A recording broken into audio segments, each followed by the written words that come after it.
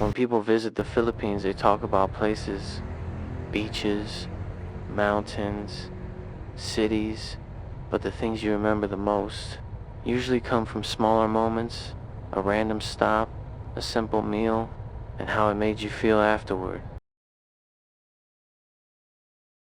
In the Philippines, food is everywhere. Street corners, small carinderias, family kitchens. You don't need a fancy restaurant. You just need an open mind and a little hunger. Let's start with something bold. Lechon kawali, crispy pork belly, deep fried until golden. The sound alone tells you everything. Crunch first, then softness. It's rich, filling, and meant to be eaten slowly. Lechon kawali isn't everyday food. It's a treat, usually shared during weekends or gatherings, paired with a rice sauce and conversation. You don't rush it, you sit back, you enjoy the moment, just like a good ride. Then there's Bicol Express, a dish that doesn't hold back. Pork cooked in coconut milk, with chilies that demand respect. It's spicy, creamy, and intense. Not for everyone, but unforgettable if it's for you. The heat builds slowly. One bite feels manageable. The next reminds you that this dish means business. It makes you pause, take a breath, and then go back in anyway. Then there's the infamous adobo, which just hits different. It's quiet confidence. Chicken or pork simmered in vinegar, soy sauce, garlic, and pepper.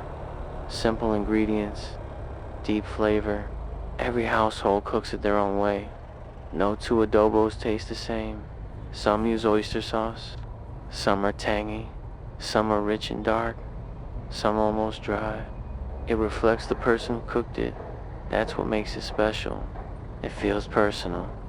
Even when shared, adobo is the kind of food you eat after a long day, after a long ride, when you don't need excitement, just comfort, something familiar, something steady. Then there's sisig. Sisig brings the energy back. It's chopped meat, sizzling hot, full of texture, served fresh, still crackling on the plate.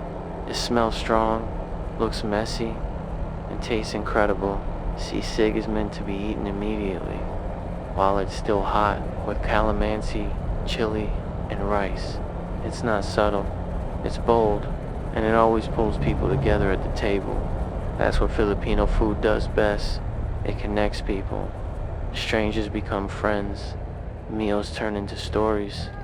And sometimes, those stories stay with you longer than the places you visited. Balut is probably the most talked about Filipino food, not because of the taste, but because of the idea. Fertilized duck egg, eaten warm. People hesitate. They ask questions. And that moment of hesitation is part of the experience. They say the first sip of broth is the hardest part. After that, it becomes simpler, salty, rich, surprisingly comforting. It's not something you rush. You take your time, and whether you love it or not, you remember it. Sinigang feels like the opposite of balut, a sour broth that warms you from the inside. Tamarind, vegetables, and meat, slowly simmered until everything comes together. This is a rainy day type meal. After a long ride, wet roads, cool air, a bowl of sinigang feels like a reset. Sharp at first, then soothing. The kind of meal that slows you down naturally. Lumpia is everywhere. Parties, birthdays, casual gatherings. Crispy, golden, and always disappearing fast. It doesn't try to be complex. It just delivers joy, one bite at a time. You never eat just one lumpia. You reach for another, without even thinking, dipped in sauce, shit across the table. It's simple food, but simple food done right is hard to beat. Street food tells you a lot about a place. Skewers grilling, oil popping, plastic chairs on the sidewalk. You don't need a menu. You just point, sit, and eat. It's immediate. Every region adds its own twist, spicier, sourer, sweeter. You don't argue about which is best, you just enjoy the differences. That variety is part of what makes Filipino food special. But sometimes you eat alone, sitting quietly with your thoughts. Those meals matter too.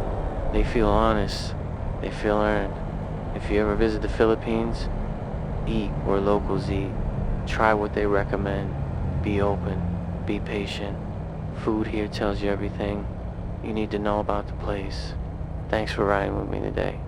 Reading your comments is what motivates me to keep creating content. Stay safe, and I'll see you in the next one.